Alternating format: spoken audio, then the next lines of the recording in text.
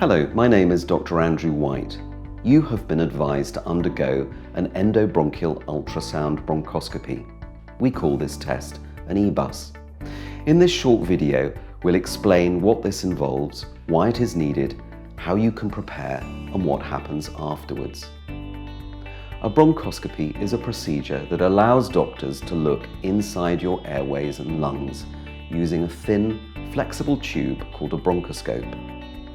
A fibre optic bronchoscopy uses a camera and light to examine your airways. An endobronchial ultrasound, or EBUS, is a specialised type of bronchoscopy that includes an ultrasound probe to examine lymph nodes and deeper areas of the chest. During the procedure, we can take samples from lymph nodes and other abnormal areas. An EBUS may be recommended if you have enlarged lymph nodes in your chest.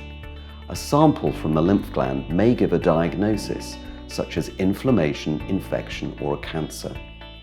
Sometimes when a patient has a cancer, taking samples from the lymph nodes can help to find out the stage of a cancer. The stage of a cancer is how we describe how far it has spread and influences what the right treatment should be.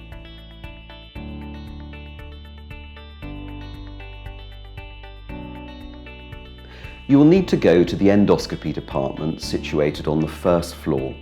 You will be greeted at endoscopy reception and shown to the waiting area. Good morning. When you arrive, a nurse will check your details and explain the procedure. Did you receive the leaflet sent out either via email or via post regarding your procedure? They will sit with you and go through a questionnaire and take down observations such as blood pressure. They will put in a cannula so that you can be given sedation during the procedure. After this, you will wait until your turn in the waiting room. Your friend or a family member are free to wait with you, or they can leave and come back later on. Before the procedure, a doctor will come and take you through to a room and gain your consent for the procedure. They will explain the procedure to you and give you a chance to ask any questions you might have. Once in the endoscopy room, you will meet the staff who are doing the procedure and will lie on a trolley. You will be asked a few final questions. A cuff will be applied to your arm so that blood pressure measurements can be taken, and a probe put on your finger to monitor your oxygen levels and heart rate during the procedure. Before the test starts, the doctor will spray a local anaesthetic to the back of your throat. This is done to reduce gagging and coughing during the procedure. The nurse will then put a guard in your mouth. You will then be given a sedative to help you relax. This is usually in the form of midazolam and fentanyl. We usually start with a small amount that we can top up during the procedure if it is needed. This is not a general anaesthetic, but you may not remember much about the procedure. During the EBUS, the doctor will gently pass the bronchoscope through your mouth. Some more local anaesthetic is sprayed on the vocal cords to reduce coughing.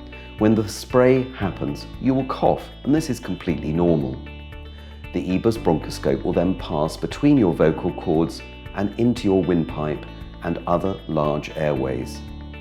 The ultrasound probe will provide real-time images of your lungs and lymph nodes. Small tissue samples or biopsies may be taken for further testing. The procedure usually lasts 20 to 40 minutes. You may cough, feel pressure, or experience a mild sore throat, but it should not be painful.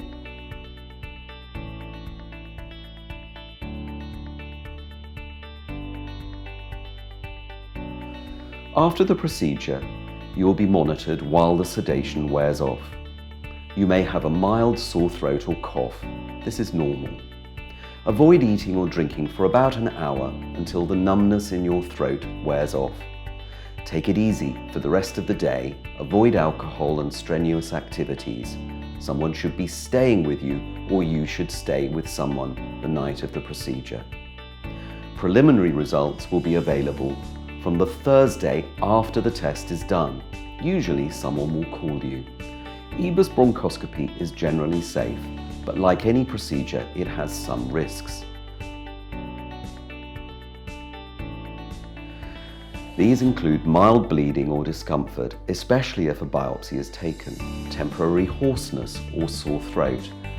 Rare complications such as infection, breathing difficulties or lung collapse are very uncommon. If you experience chest pain, significant bleeding, difficulty breathing or a high fever, you should call 111. There is also a contact number on the leaflet that you have been given before the test is done. To ensure the procedure goes smoothly, here's what you need to do. Do not eat or drink for at least 4 hours before your appointment. If you're taking blood thinners, these usually need to be stopped a few days before the procedure, so be sure to let us know if you are taking these medications. You should take all other medications as usual, with some water on the day of the test, unless someone tells you not to do so. You will not be able to drive after the procedure, so arrange for someone to take you home. Someone should stay with you overnight after the procedure, or you should stay with a family or friend. If this is not possible, sometimes it's necessary to stay overnight in hospital. We hope this video has helped you understand what to expect from your endobronchial ultrasound.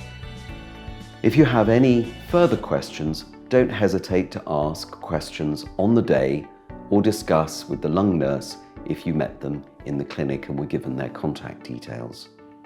Thank you for watching, and we wish you a smooth procedure and a quick recovery.